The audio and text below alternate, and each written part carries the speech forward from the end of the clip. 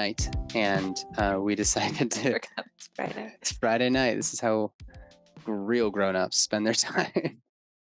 We've been talking about having this conversation, which is really kind of a consolidation of so many little mini conversations we've had over the Yes. past 6 months plus.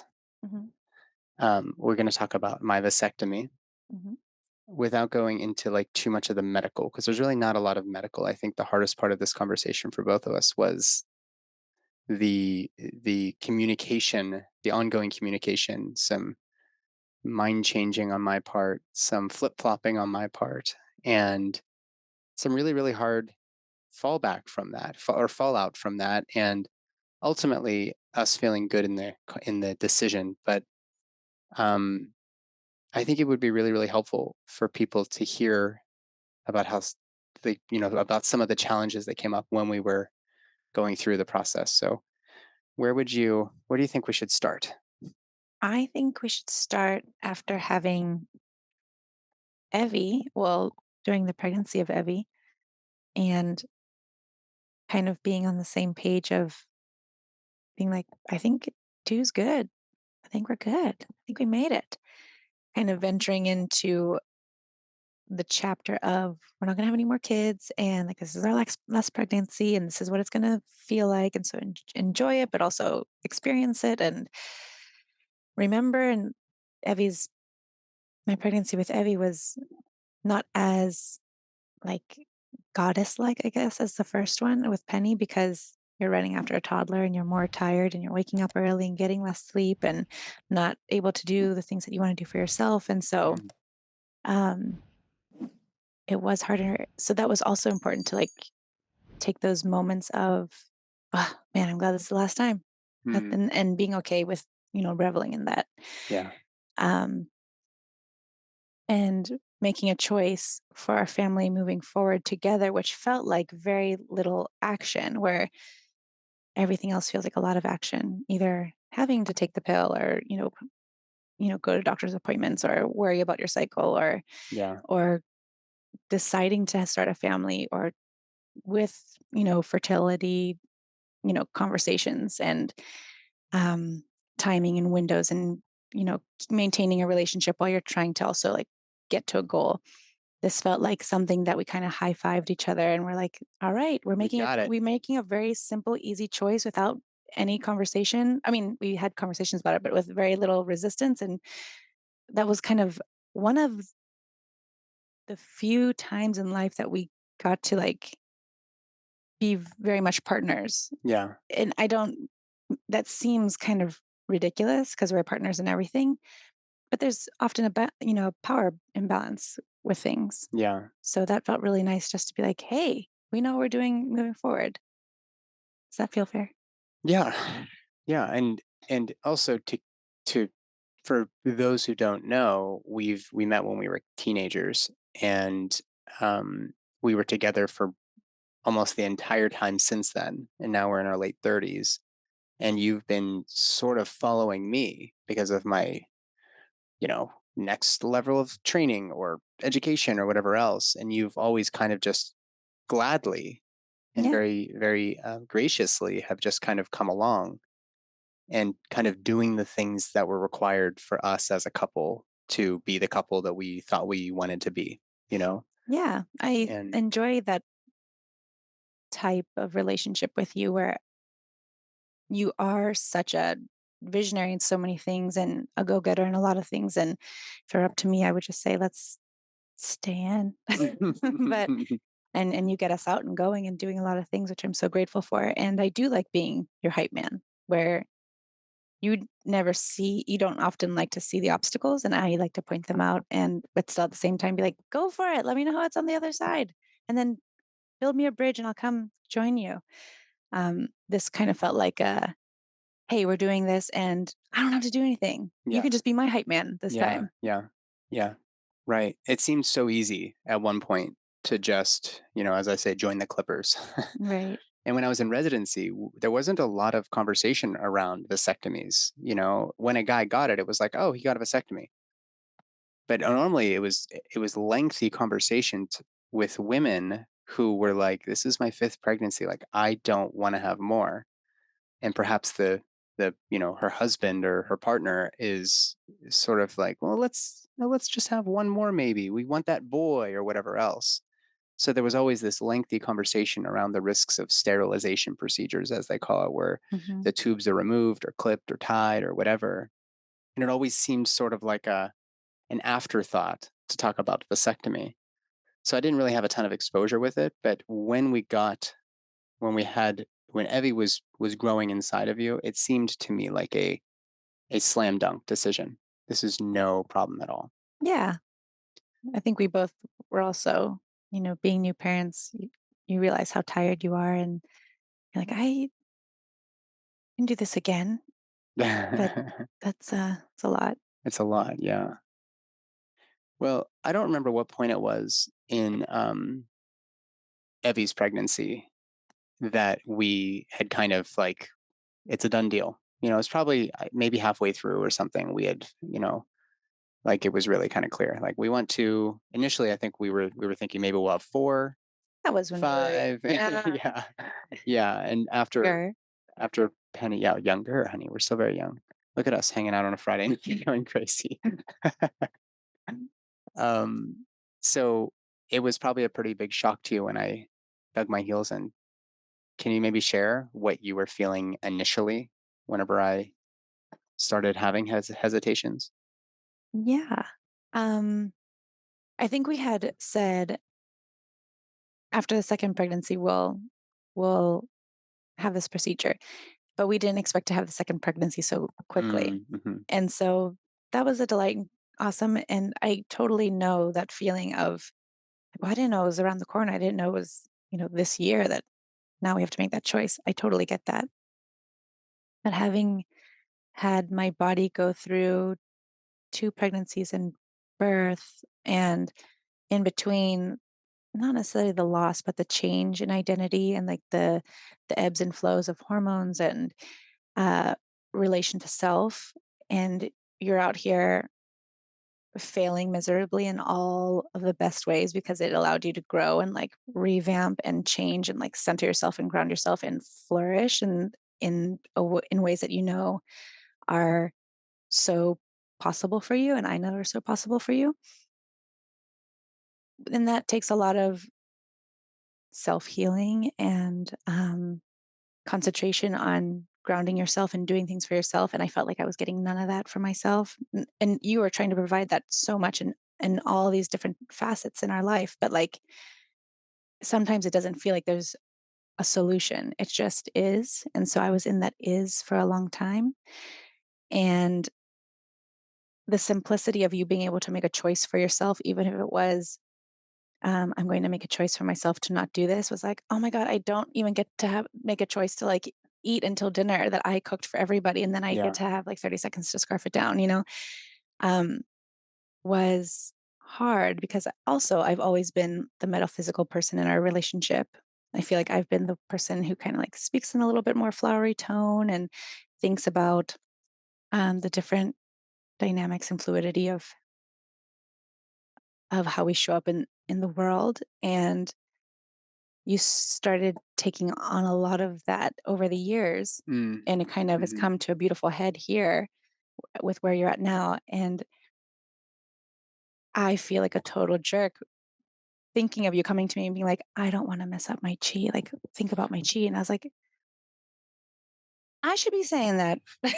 That would be my point in the conversation, but I'm not bringing it up because I don't You care. heard of I don't care meditation, about your honey? chi. And it made me feel bad because I did the thing that I would hate if you did whenever I would speak about those things. If I'm bringing something up that is important to me and be like, okay, here we go again. It felt like I was doing that to you, and that felt really unfair Yeah. on my end.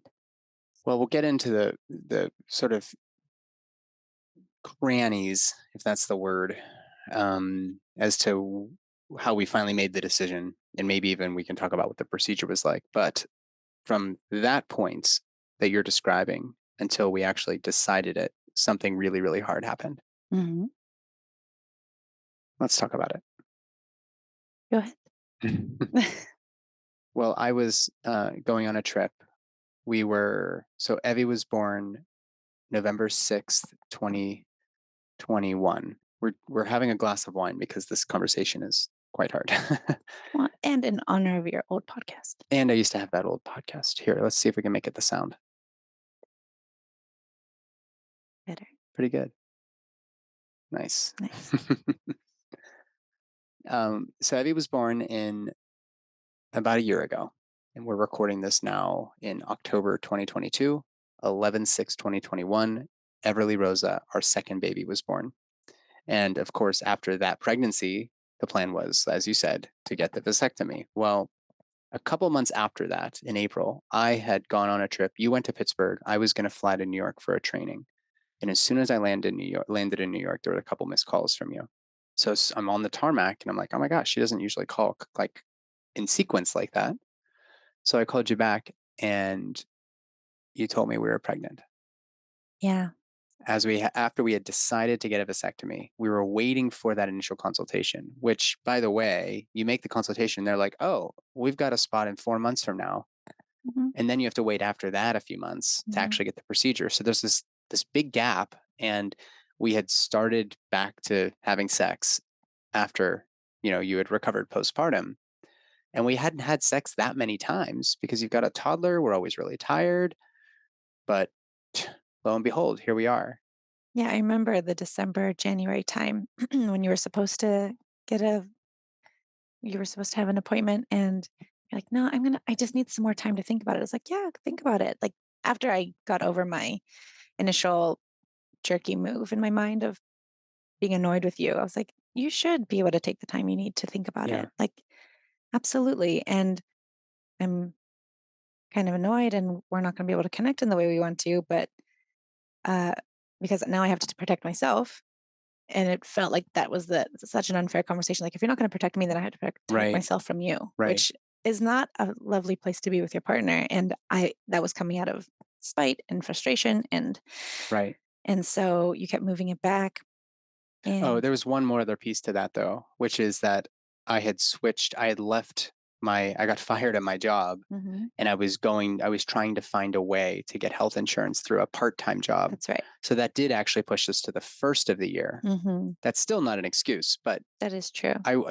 there's a lot of reasons why people out there have to push these things. They delay them, they get apprehension, and then there's good reasons for that as well to be like, oh darn it, the insurance isn't ready. So there's a lot of Yeah, that's what it's it felt like. And complicated. I think Yeah.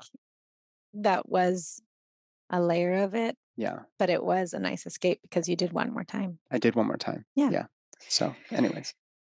Yeah, and so I told you that, and that's an interesting part of womanhood is that you always know first.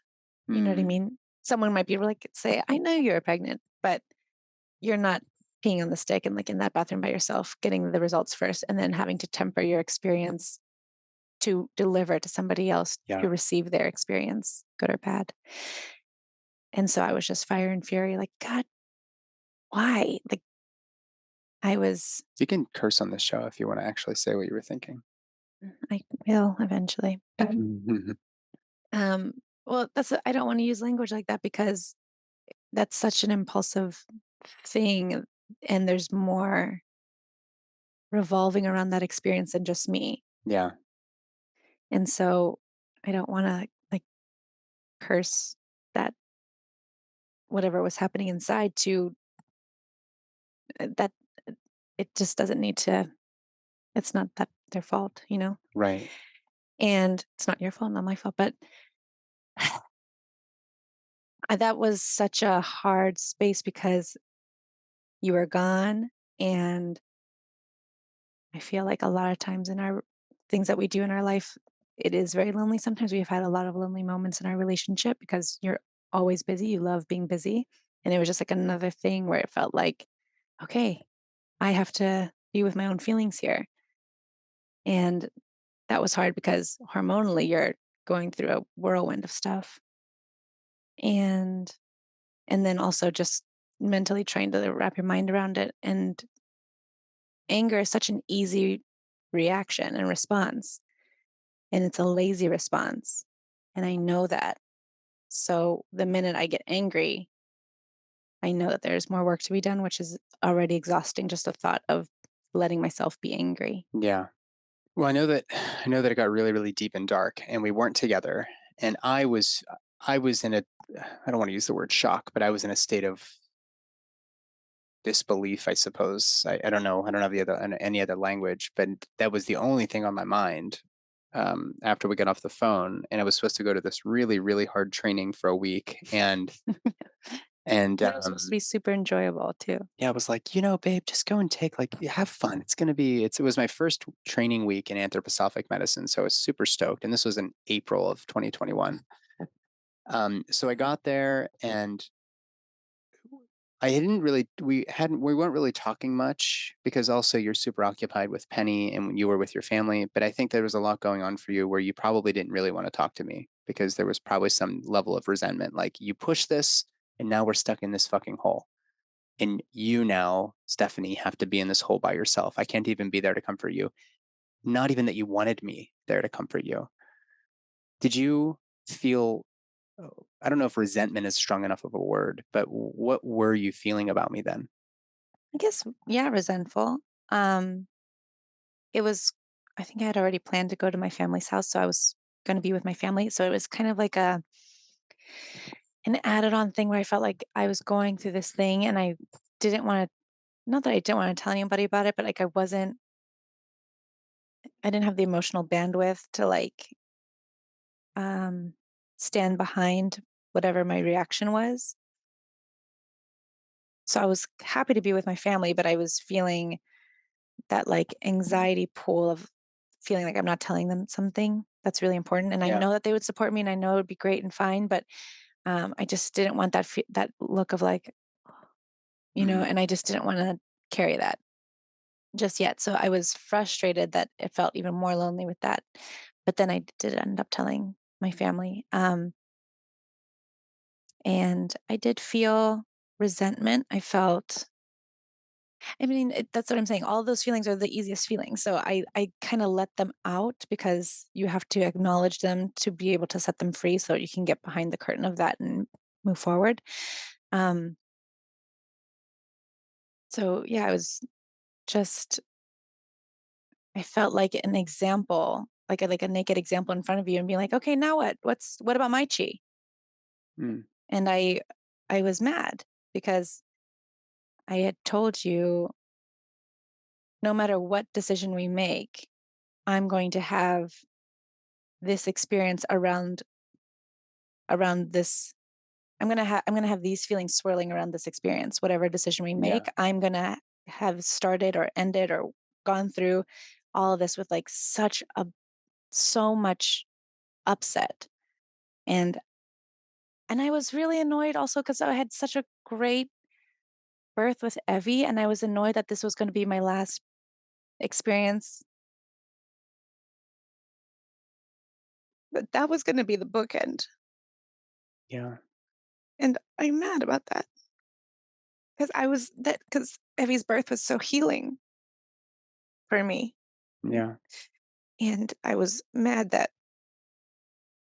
I was, like, in a really dark place. I can't even remember the words I said to you, but I remember just, like, spewing fire at you over the phone and just, like I don't remember, like, screaming on the phone, but I remember, like, feeling I was just, like, endlessly screaming into a dark pit of despair, Mhm. and that is sad that that was my last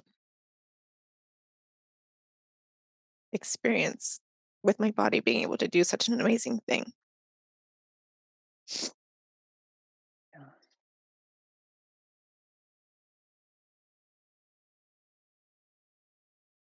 I remember hearing you on the phone during that call. I remember the call. I remember where I was. I remember how I was laying. I remember not being able to sleep. I didn't sleep at all that night. But I just remember hearing a part of you that was broken. Like you had broken inside. And that's not I don't mean to diminish it like, "Oh, you're a broken person now." I mean, like, you actually were more hurt in that phone call than maybe I'd ever heard you before. Yeah, I think so too. And while it was really hard to hear that, it was simultaneously, you know most of us, perhaps it's a masculine trait, you can call it whatever you want, but most of us want to try to fix it. We want Mm, to try to come to the rescue. And even if I had been there, perhaps had I been there, you told me this, it actually would have been worse. mhm, Instead, we had this distance. And so not only could I not hold you close or do anything that you see in the movies, there was no way to help you um, from that position where I was at. And and it wasn't even a matter, the way I look at it now is like there wasn't the right thing to say. Like there is absolutely no way to save you from this horrible feeling. And I did have naturally a lot of regret, a lot of guilt. I felt very ashamed. I felt all these things. And there was also no way to escape that for myself. It was just something that had to stew for over a week until I saw you. mhm. And throughout the day, I had a lot of love for you. I was like, I wanted to be close. It's that hard feeling that I'm sure a lot of people can relate to, where you might be angry at somebody, or you're just in a bad mood, and the person that you love the most, you adore them, and you don't want them anywhere near you. And so that was like, I would text you like, "Hey, babe," and be nice during the day, but then it would all kind of like come swirling at the end of the day, and being so tired, and just kind of um, reeling through that. And I think it would have been not great if you were around. It was good that we had that space. And yeah, and I also didn't want that response to be like, okay, okay, I'll get it. I'll get the vasectomy. I'm like, no, not now, motherfucker. You don't get to choose this now. You don't get to like be the savior, like get the gold trophy. Like, you get to think about your life all you want all the time. And I rarely do. And maybe that's on me.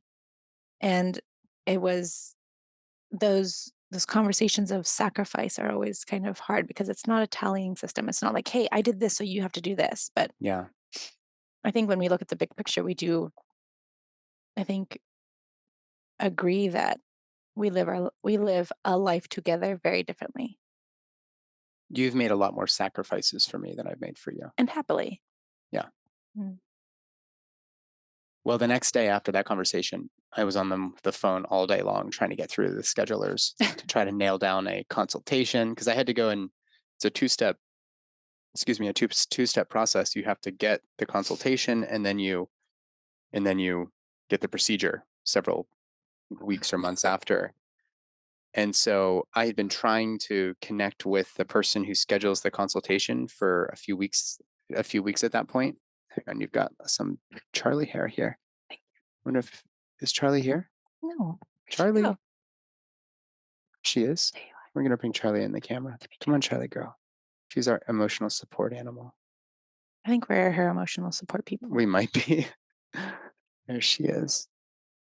So I remember This the is next my day I first was baby. yeah, our first our fur baby. She precedes our two skin pets.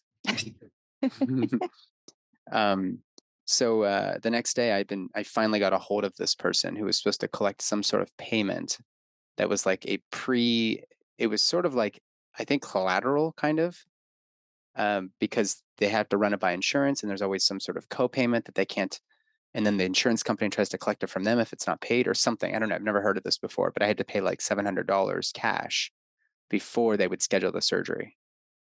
All And right.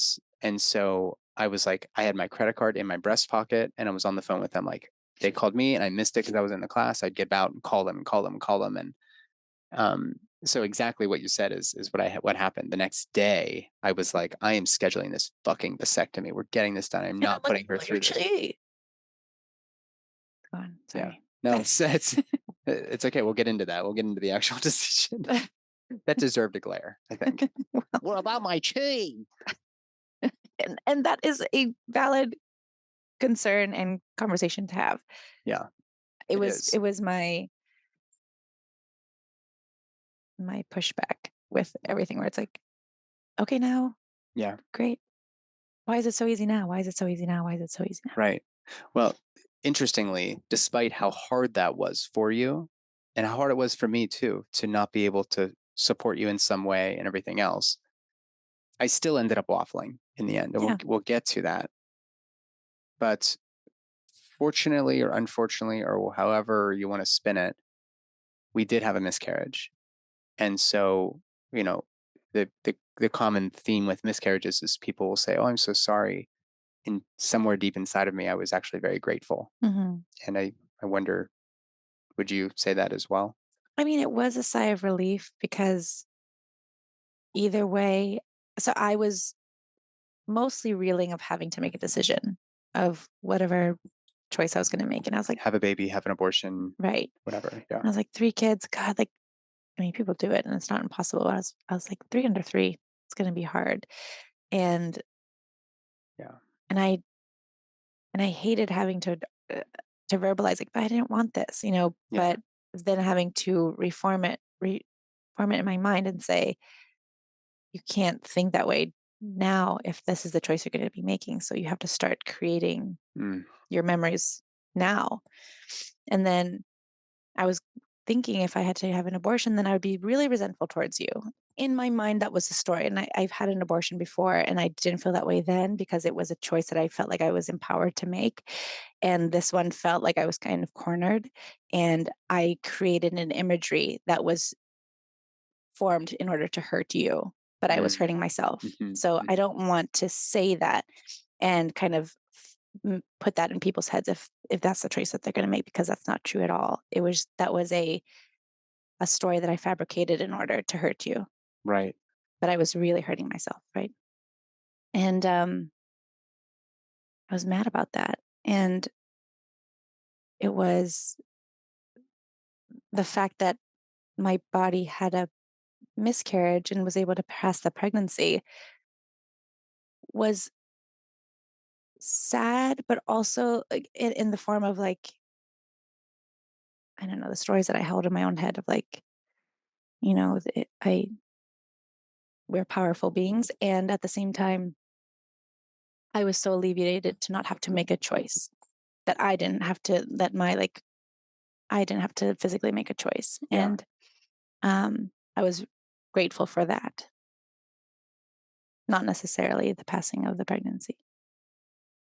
I feel exactly the same way. Mhm. You have always, as always, have a really elegant way of explaining the emotional experience of it Mhm. because um, it wasn't just like, oh man, another baby. Oh, thank goodness we don't have to. It wasn't that easy. It was also, it was almost like a rock and a hard place. Like, I don't want either of these things to happen.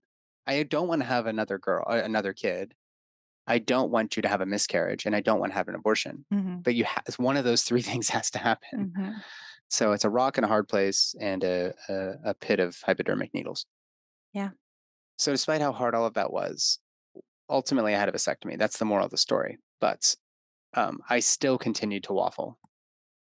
And by the way, I really appreciate you sharing that. I know Yeah. that it's really hard to talk about these things. And there's a reason we waited and waited and waited and waited to have this because I don't know if I could honor the conversation in the way that we are now, I think, and the experience had we not waited. Like, had we just jumped to it, like, hey, it's fresh, let's get to it. It, it, this requires healing. Like, for Yeah. people going through either an unintended pregnancy, an abortion, a miscarriage, or even a birth, like, there is a healing time. Like, that integration of that experience takes time. And if it isn't, then I think it does get locked up in some really nefarious ways. And So, we're still healing our relationship through that. Because I mean, even, trying to have conversations about like, "Okay, we're gonna do the podcast tonight," and I shut down, I get cold, and I'm like, "Yep, mhm, mhm," and yeah, I feel like we're able to have a more animated conversation right now, which is great. Um, but maybe I won't resonate with what I'm saying now in like 3 years or something. yeah. Um, but this is how I feel now. Well, thank you. Mhm. All right, so a theme developed thereafter. We had the vasectomy consultation scheduled. We'd had our miscarriage. We're past that. Vasectomy appointment, babe, I got it. It's scheduled. The consultation. Go to the consultation. I will tell everybody that it's a very weird consultation that I'm not sure a lot of people appreciate. They ask you over and over and over again, are you sure you don't want to have kids? That is a part of the counseling for women who have sterilization procedures. And again, we're talking about clipping or removing the entire tubes. Usually the whole tubes are removed if you're curious out there, because it also reduces your lifetime risk of ovarian cancer. For the men, there's a piece of the vas deferens removed. And at this particular clinic, it was Dr. Shepferman um, in Louisville, Kentucky. An amazing. He did a really really great job, and he was recommended by a urologist, a urogynecologist.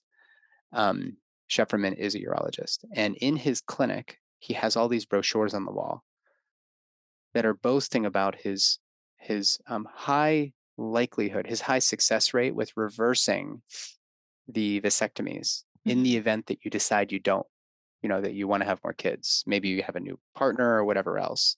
So there is some degree of regret with both the female and the male version of this procedure. So I saw these brochures up there while I was waiting, and I was flipping through because I was in the waiting room for like 20, 25 minutes. And when he was talking to me about this, he was like, okay, so you guys just had, tell me about your pregnancies. Okay, so you had two pregnancies. Um, that sounds great. Are you sure you don't want more? Absolutely. We have talked about this over and over and over again. I even told him, I didn't tell him about the miscarriage or whatever. I was like, we've even had a couple close calls. Like, we just don't want to have to worry about it. Um, and he was like, okay, um, are you sure? Like Mhm. for the eighth time. And I was like, listen, I'll just come back and you can reverse it. Or I said something kind of jokingly about it. He was like, and if he's listening, I'm really sorry for exposing it like this, but he was like, listen, there is a chance that we can reverse it, but don't go into this procedure thinking that we can just reverse this. Like, this is should be considered permanent. There are some people who are successfully able to reverse it, but don't go in thinking that this is just a light thing. Like, we are cutting out and removing a piece of your vas deferens, which carries sperm from your epididymis up to the ejaculatory duct. So the sperm will have nowhere to go. And when I thought about that procedure, so eventually I was like, okay, great. I signed the consent. We booked the surgery, um, which I believe was like June 30th. So it was like a whole 6 to 8 weeks or something after. Mhm. And during that process, I had thought deeply about what was being done. We're blocking access.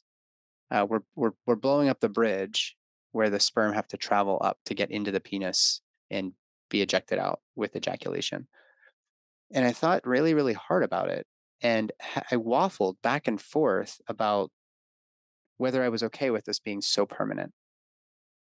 And it had to be 10 nights from the time that I had the consultation until when the surgery happened, where at the like right before we fell asleep, I said something about it, which must have been very frustrating.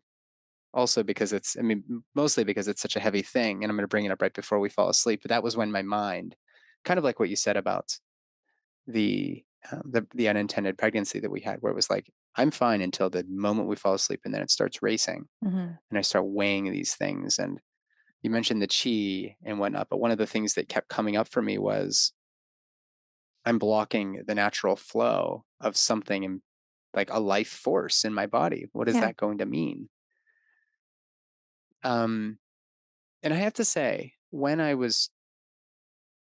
brought this up to you, despite everything we'd been through with this conversation, you were very, very, very you received it so well. Like, you are such an amazing partner. You have always been the most incredible partner, friend, and everything in between. But you were like, okay, like, I really appreciate you telling me. Like, tell me more. And you just kept me talking about it until after like maybe flip flopping 8 times or whatever. I'm not so sure you were like, I was like, okay, like, we'll see how you feel tomorrow in about 2 minutes, and I was really flip flopping back and forth.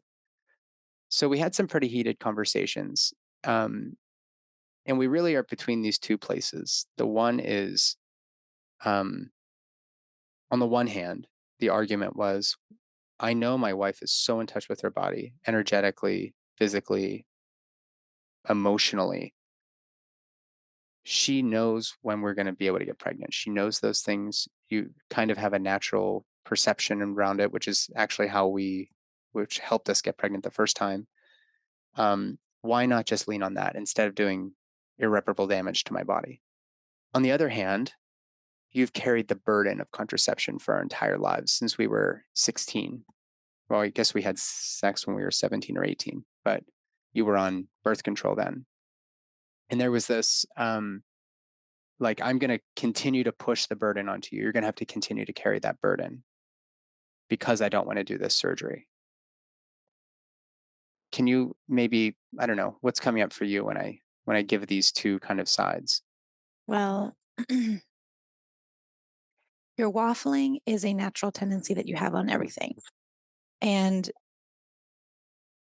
having an end in sight is a mirage most of the time when it comes to me being privy to the conversations that are going on in your head, which are multitudes. And so, for example, if when we're working out, you'll say, five more, four more, three more, two more, one more. All right. I'm like, whoa. And you're like, we're doing that 40 more times. And you're a liar. And I've learned to not take what you say until you're actually doing it because Yeah. you're free. You should weigh all the things that are in your mind. And when you waffle out loud, it allows me to be grateful that you're coming to me.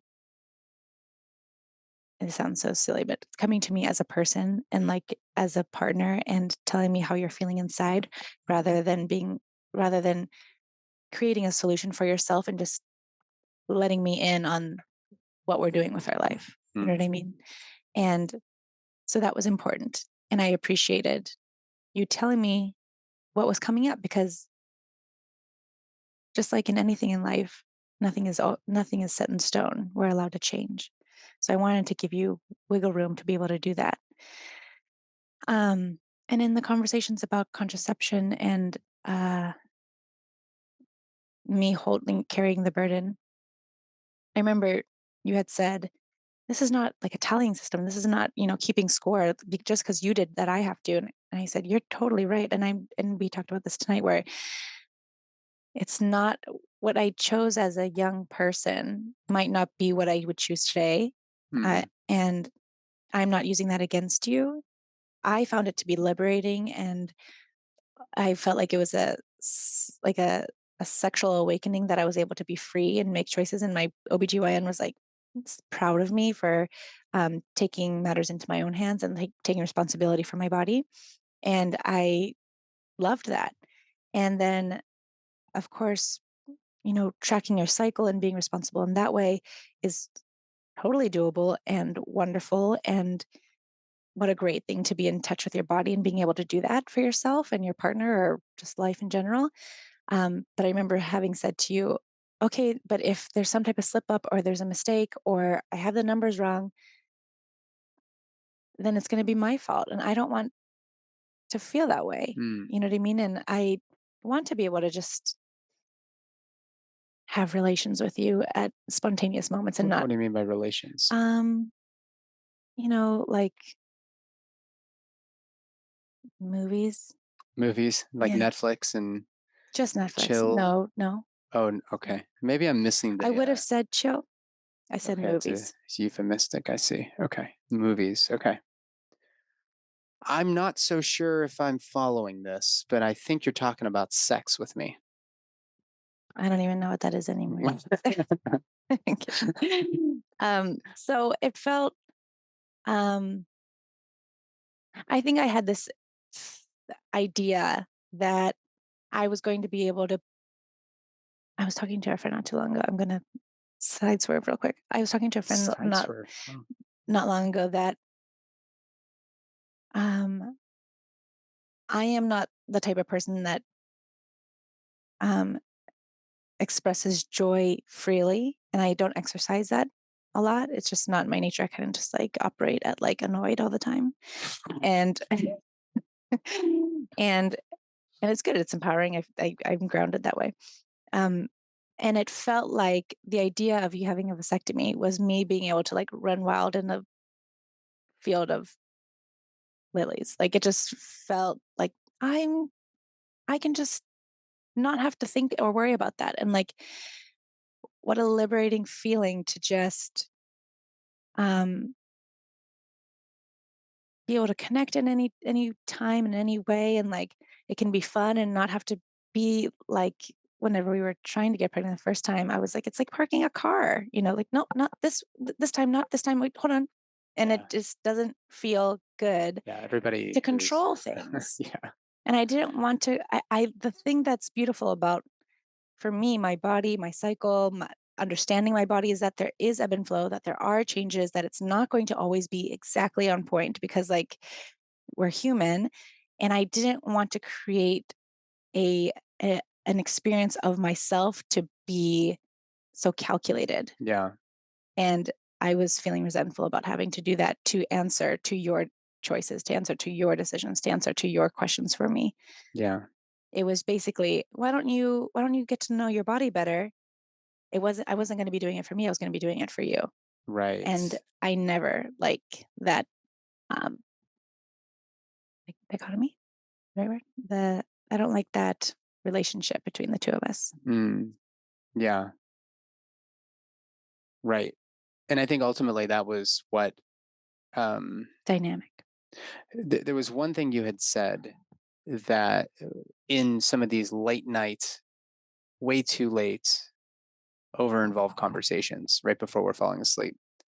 There was one thing you said. You were like, listen, I don't ever want to go through that horrible thing that we went through together that you've already described here. I don't want to go through that again. And you had been very clear. I don't want another IUD. I don't want to be on hormonal birth, contraception like birth control or whatever. You had even said, however, I would go as far as having a tubal ligation or a salpingectomy, as we call it, where you have your tubes removed. I would rather do that than go through what I went through with that accidental pregnancy again. Mhm. And that something there actually, it actually toppled me over into the direction of doing it. Um, I don't think it was coming from a place of being selfish. It was me being very, very thoughtful about how sensitive I was starting to become to, like you said, my chi. Yeah, But really, like, not being so stuck in the physical. You're a machine. Let's pop this thing in there and let's prevent the babies. And I was counseling women about perhaps some of the downsides that were being underemphasized in their OBGYN practices around having a piece of metal in your womb space, or the detrimental impacts of synthetic endocrine disruptors and all these pills. And I'd even gone through what I told you, a really hard experience for me.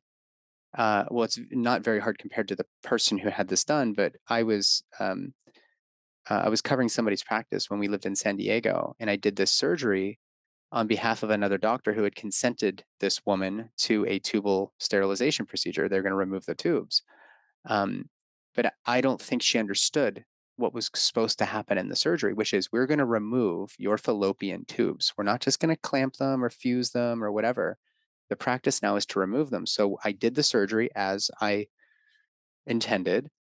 And when she found out that the tubes were removed and not just tied or clamped, she was very, very upset. And I had been already thoughtful about some of these things. Like when women say, if you remove the cervix with my uterus, something doesn't feel right. Or even having the uterus removed was like, there's something missing from me. It's a part of me. It's my womb space. Like this is a sacred space. You don't come to learn that without listening to your patients. But I was starting to hear it more and more. And then I heard this lady, describe to the doctor that I had been covering, after the operation, like, by the way, Dr. Riley, she was really unhappy that you removed her tubes. And let's not even get into like, well, why didn't you talk to her about it? I did the surgery on your behalf. That's not the point of this story. Um, I was, I was like, gosh, this is a really, really, really hard thing for a person to have done. There is an important reason for us to have our parts. So, for all of the options for a person to not get pregnant, it was almost always falling to the woman. And I saw the vasectomy as like, it's the same thing. Why would I counsel against removal of the tubes or even clamping or whatever of the tubes and then go and do, a clamping procedure or a removal of a part on myself? Like, yeah. that didn't seem in integrity beyond the lack of this flow, this life force. There's something important about it. And my gut was telling me this isn't the right thing to do. I couldn't get behind it. I'm sorry, honey. I don't think I can do it. And again, you were so supportive, on and on and on. And we did have some squabbles back and forth where you did let out a little bit of frustration on me because of the things you said, like sexual liberation is something that you've actually never been able to gift yourself. Mhm. And then I would have to actually facilitate that gift, deliver it to you. And so it wasn't until you said, I'd rather have the tubal sterile the have my tubes removed than go through that again. That's when I think I toppled into that direction of like, I'm committed to doing this. Mhm. And it wasn't until I think 2 days before the scheduled I was surgery so annoyed. that I said, I'm going to do it. Where did you say it? Probably about 12:01 a.m., just as we were falling asleep. That's so annoying. I'm sorry. It's the only time that I allow my mind to work through some of those things. I love you. Do you know why it's annoying? I'll tell you. Why is It's that annoying annoying? because exactly what I was talking about. I was so glad, even though it was usually pillow talk of what was going through your mind, what you were thinking about, and you sharing that with me, even though it was hard and you knew that like maybe I wouldn't love it. But we were just about to fall asleep and it was 2 days away. And I didn't know when your appointment was. Like I should have known. I'm sure it was on the calendar. It was on my electronic calendar, You know, honey. I don't do anything. I don't look at that. Have you checked your email? I sent you something important to print out for the bank. I never. Oh, great. But Another fine. I was annoyed that we had so many conversations about how it affected both of us, and you had made the choice, even though that was a choice that I wanted as well. But I wasn't privy to the conversation. You know what I You mean? were privy, you just didn't remember. Let's be frank. Hmm. I told you the date. It No, was on no, the no, no, no. calendar. I'm not talking about the date. I'm talking about the finality of where of Oh, you I see. coming to your decision. I'm not mad that I didn't know about the date. I'm saying I could have known and I didn't know because just like your braces, it's always one more tray. And that was like 9 months ago that you said that. How dare you bring up my braces? You don't have braces. Invisalign or braces. Trust me, I looked it up. They're not like your metal framework scaffolding that you had in your head when you were a kid, but No. sorry you had crappy teeth. I put it on his head to curb stomp me to get my teeth in line. It's like one hand on your forehead, and like some weirdo pliers, It's awful. You don't know. curb stomp. I really don't know. I'll never know. So yeah, I'm glad you came to that decision. That was not the best way to bring it up. That Well, it was wasn't in that moment though that I like laid down. I probably had a little cannabis in me, and it just like like something settled. settled. Yeah, and it was Mm. like, "Boom, I'm gonna do it." And of course, the pressure was on because And we're I'm 2 in days bed away. like, good night. Yeah. Before I talk about the actual procedure, I should also say another consideration is this gonna cause me health issues later? Right. There's really not a lot of data. So for those who out there who are like, but isn't it this and this and this? They used to think it may contribute to prostate cancer. They've done multiple studies, meta-analyses and whatnot. They've confirmed or they've concluded that there's unlikely to be a medical issue here related to this. Now that's on the merely physical. So we can't look at the mental, emotional, the spiritual. We don't know.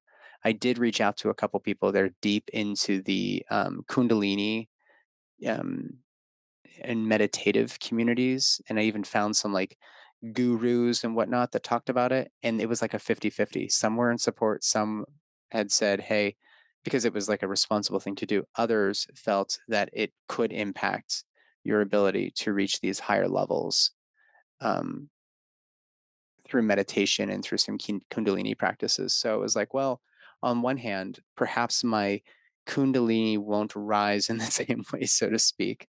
On the other hand, we're guaranteed to have sexual liberation and you'll never have to go through that. And you're the person I love more and care more about than anybody in the world. So ultimately decided to do it. And there was one other thing I wanted to bring up about that, but that's okay. It's probably not that important. Should I talk about the procedure, you think? Yeah. So they gave me a Valium to take about an hour before the procedure, and I was in the waiting room on my Valium. I think somebody dropped me off. Did you drop me off? Sh- Yes.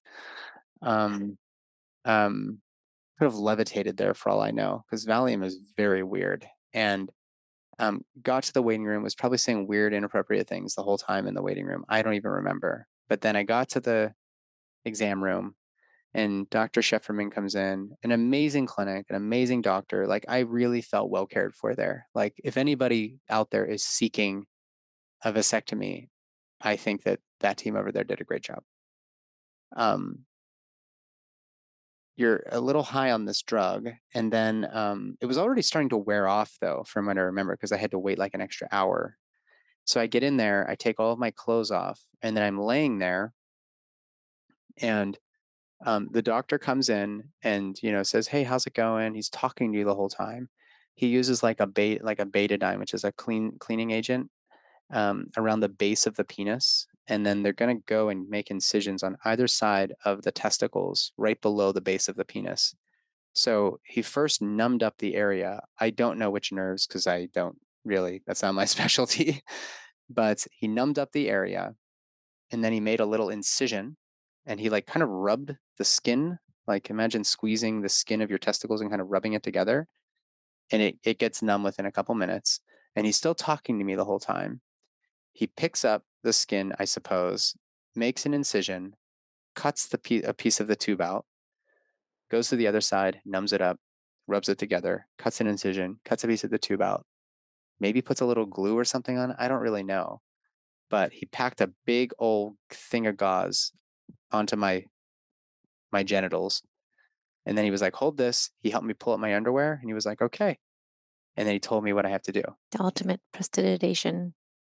Prestidigitation. What does that mean again? Isn't it like, Oh, like yeah, it's magic, but by hand, by sleight of right, hand. like where you can hide coins and stuff. Mhm. Prestidigitation. Think so. Ultimate prestidigitation. Nice. And then I got somebody pick me up. Did you pick me up? Yes. Okay. Yeah. It was all a blur. And I went home. We weren't able to have sex for like 2 months, maybe Mhm. 3 months until after it was done.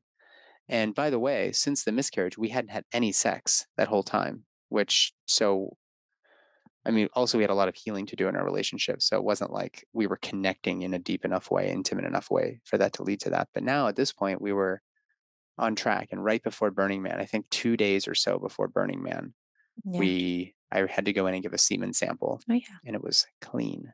Not a single living sperm to be seen. There was no pain medicine afterwards, of course. It was not that hard to recover. So if you're out there considering one of these procedures, the vasectomy, it was like an ice pack for a couple days, maybe 1 or 2 days. I did a lot of like body weight, slow body weight movement just to keep the area and all the fascia stretched out. It was purple, and Penny, our daughter, thought that was hilarious and kept pointing at it and laughing In the um, shower. in the shower because it's like right at her eye level height. And um, oh, she didn't laugh at it. Initially, she looked at it and was actually really sad She because I was. said, "There's a boo boo," and she was like, "Dada, penis, boo boo," Mhm. and it was really sad for her. Like she was really torn up about it at first, and then it kind of became funny to her later. But within a couple weeks, it was healed. Like I was healed, and then within a couple months after that, I felt like nothing had ever happened. But you had, like, a little pool, right? Oh, that's right. There actually kind of is still a tiny bit of that where it was like if I was going downstairs without wearing underwear and gym shorts or whatever, that like the like bounce Mhm. actually caused a little like tightness. It wasn't really pain, but it was tightness. There was no blood ever. There was no issues with ejaculation or whatever. I do think that there was a tiny hit to my libido, but Mhm. I don't know if it was the procedure itself, like a biochemical thing, or if it was some confrontation with some of the energetic stuff that I've talked about. But we haven't like There's no issues with erections. There's no issues with, I mean, like our sex is great. And I wake up with like, the morning wood and everything else. There's no issue with volume or lack of sensation or anything like that. So, all in all, Those were things to consider, and yeah, definitely the unknown is always scary. yeah, yeah, totally, totally. I mean, it is, you know, I think it's reasonable for men to be apprehensive about this. I also think it's reasonable for women to be apprehensive about IUDs and whatnot. And just because we diminish the procedure, like, oh, it's just a pinch or whatever, it doesn't mean that women don't have some really painful experiences with that. Likewise, for us to say, oh, it's just a pinch, like, I can't say that it will be just a pinch. Like, it might be really, really hard for you. It might be really painful recovery. But I think for most men, it's not that painful. And I think it's okay that we say that, like, hey, compared to what your female partner went through with either an IUD or the tubal, or even, I mean, obviously birth and miscarriages and everything else, this is a pretty minor pain, even on the solely on the physical level. This is a pretty mild thing to go through. Mhm. Um, but because men don't generally experience a lot of pain, and we certainly don't have things going, painful things happening to our genitals where we expect women to just do this all the time. I think it is very confronting. I think that's probably the biggest hurdle that most men have to get over. Um, I had heard that it wasn't, and I had friends that had vasectomies, and they were like, "Dude, just do it." And actually, it was funny. One of the people who actually I think convinced me towards the vasectomy was Ricky Lake, because I was interviewing her and Abby Epstein, and they Yeah. they had that film, The Business of Birth Control, that came out, Mhm. and I was interviewing them, and at the end of the interview, they were like, "Dude, it's gonna change your life. Just do it. You're gonna love it." And I was like, "Oh, Ricky." If she's listening, I'm sure she'll appreciate that part of the story. Do you want to say hi to Ricky Lake, my friend? Hi, Ricky Lake. It's Miss Lake. It's like to me. Yeah, to you. We go by Ricky and I. We talk. You do talk. Yeah.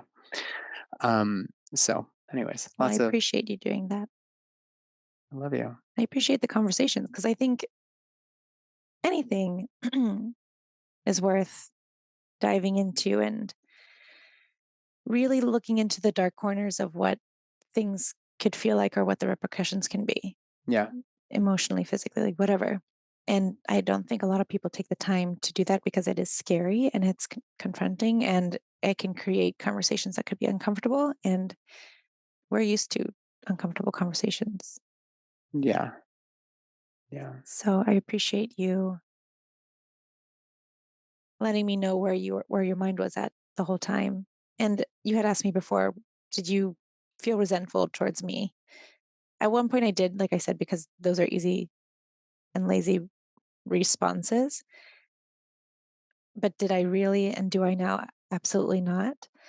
Um, and I think that's because we both recognize that we are, even though we've pretty much grown up with each other, we have to honor the fact that we are individual people winging it day to day and just living this day for the first time, even though we have a lifetime of experience in other things, that we have to give each other grace to be able to, one, not have an answer, and two, be able to navigate through that either by yourself or together.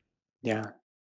I appreciate that. And I really appreciate, and I can't say it enough, the compassion that you had for me, despite I know inside of you vacillating as well between, like, I have to be supportive for my person, and what the fuck, man? Like, we Mhm. had decided this.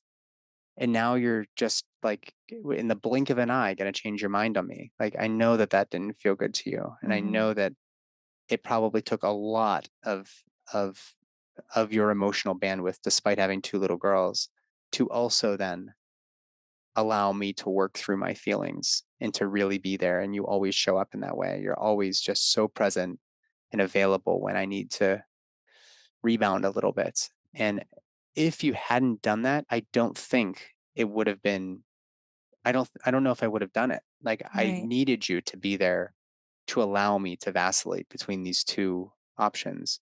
Yeah, And because you just granted me that time and that presence, I think that that really made it so much easier for me. And I look back and I have no regrets, no doubts whatsoever. good. I'm glad. Yeah. Any final thoughts? Not really. You want to go get frisky and not make a baby? Yeah. I love you. Love you.